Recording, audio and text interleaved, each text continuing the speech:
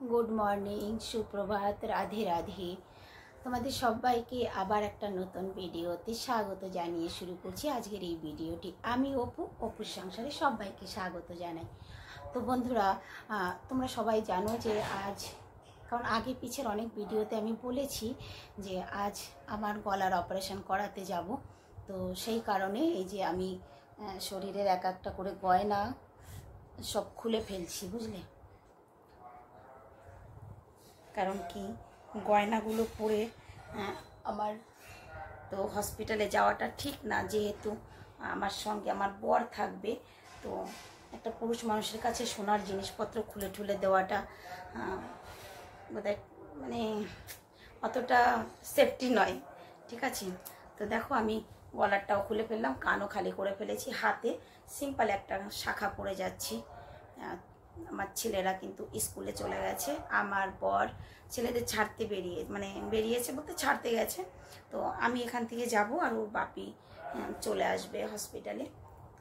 তো চলো, 8টা 8:30 বেজে গেছে, 9টার টাইম দিয়েছে ডক্টর।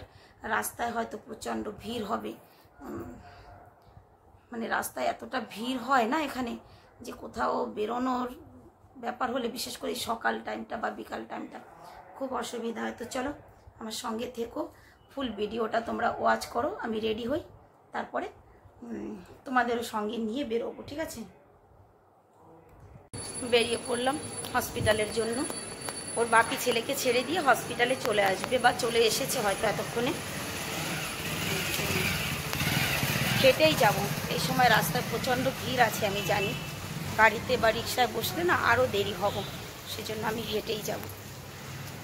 পৌঁছে গেছি হসপিটালে, তবে রাস্তায় এতটা ভিড় ছিল যে আমি হেঁটেই এসেছি। এই 1 মাস ধরে এমন মনে হচ্ছে যে হসপিটাল আমার বাড়িতে আমি দেখা করতে যাই। অসম্ভব গরম, অসম্ভব রোদ, কিন্তু আজকে আমি ঘেমে পুরো ঝোল হয়ে গেছি একদম।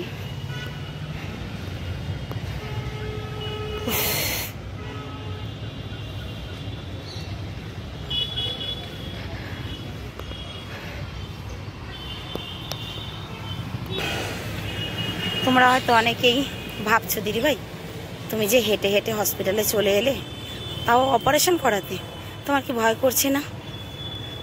সত্যি কথা বলতে ভয় তো একটু করছে, কিন্তু এটাও তো ঠিক যে অপারেশনের মুহূর্তে আমি তো কিছু বুঝতেই পারবো না।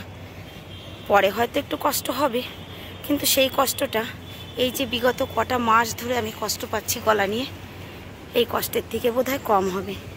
তার কারণ এই কষ্টটা হয়তো আমার 1 দিন 2 দিন থাকবে, তবে আমি তো সব দিনের জন্য ভালো হয়ে যাব, তাই না?